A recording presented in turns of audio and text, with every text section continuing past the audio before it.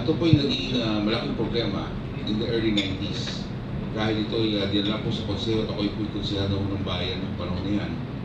At dinala po ito ng mga namumuno ng MIA dahil sa pagdami ng mga iba't ibang mga bahay nakapaligid sa airport. Kaya agad-agad ay pinasa po ng konseho ang isang municipal ordinance 9308, and this was the year 1993, almost 18 years ago. And this is the ordinance which prohibits the breeding, raising of pigeons within a 1 mile area, 1 mile radius of the airport.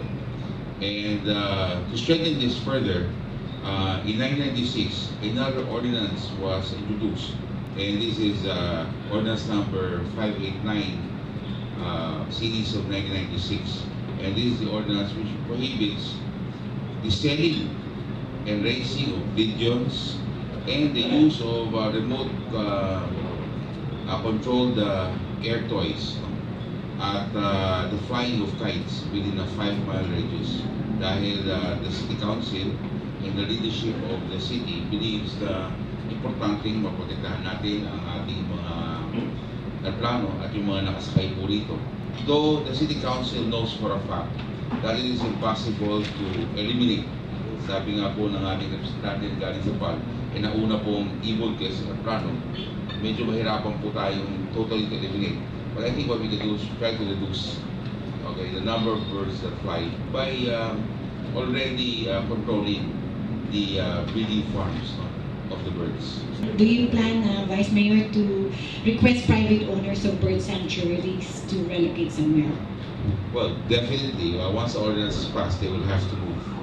And we will have to ask them to stay within, kasi like I said, the first ordinance was a 1 mile radius, the second is a 5 mile, and now we're looking at 8 miles. So they will have to move beyond the 8 mile radius. Itong usapin sa bird strikes ay nagsimula noong 1993. Katunayan, meron ng ordinansa na minungkahi ang munisipyo ng Parañaque. Pinamendahan noong 1996 at hanggang ngayon ay pinag-uusapan.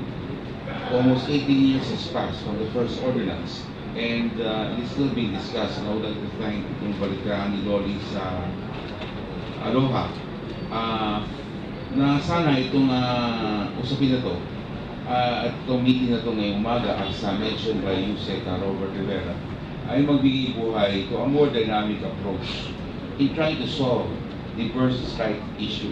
18 years has passed, ordinances have been passed, and of course the city will still be very, very responsive to any suggestions by the experts on how we can control this. But maybe we can already come up with a more aggressive approach. Maybe we can have a summit to discuss this.